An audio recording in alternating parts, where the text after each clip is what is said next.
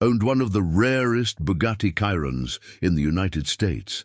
The car wasn't just a luxury symbol for her, it represented years of success and hard work. One morning, without warning, the Bugatti refused to start, flashing unfamiliar error codes on its digital dashboard. Emily immediately contacted Bugatti certified engineers from New York, Chicago, and Silicon Valley. The car was transported to advanced facilities where teams ran complex diagnostics day and night. Every system appeared perfect on screens, yet the engine stayed lifeless, as if the car itself was resisting repair. Weeks passed, and millions of dollars were spent replacing parts that didn't need replacing. Software was rewritten, sensors recalibrated, and rare components flown in from Europe. Despite their confidence, the engineers failed again and again. Rumors spread online, and automotive forums labeled it the unfixable Bugatti. The pressure began affecting Emily personally. As a CEO, she was used to solving problems quickly, but this machine challenged her authority. Late one evening, after a stressful board meeting, she visited a small charity event in downtown Los Angeles, hosted near an old mechanic workshop. While waiting, Emily noticed a man quietly working on a classic Mustang inside the garage. His movements were slow but precise, his focus unbreakable. Unlike the high-tech labs she had seen, this place smelled of oil, metal, and experience earned through decades of work. Curious and slightly amused, Emily stepped closer and struck up a conversation.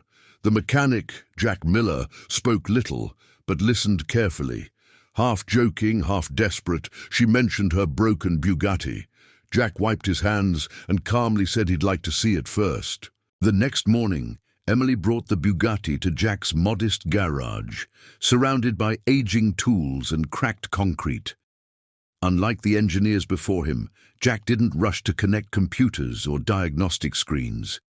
He walked slowly around the car, listening, observing, and letting silence guide his thoughts. Jack opened the engine bay and studied it as if reading a familiar language. He ran his fingers along the wiring, paused at unusual joints, and frowned slightly. Years of hands-on experience told him something didn't belong, something hidden beneath flawless engineering and luxury design. Instead of blaming software, Jack questioned the car's history. He asked about past owners, custom upgrades, and security systems. Emily recalled a rare anti-theft modification installed years earlier.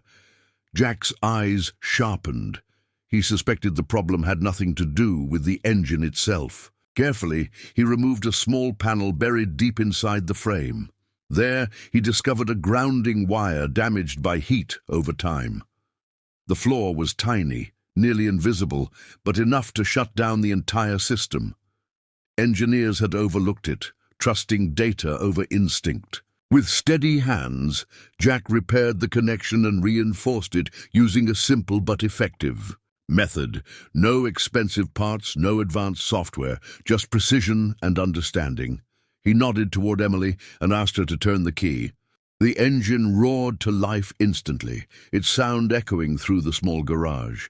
Emily stood frozen, stunned by the simplicity of the solution. In that moment, she realized true expertise isn't always found in polished offices or advanced labs. News of the repair spread quickly across the United States, turning Jack into an overnight legend. Emily offered him a senior role in her company, but Jack declined. He chose his garage, proving that real mastery often thrives far from the spotlight.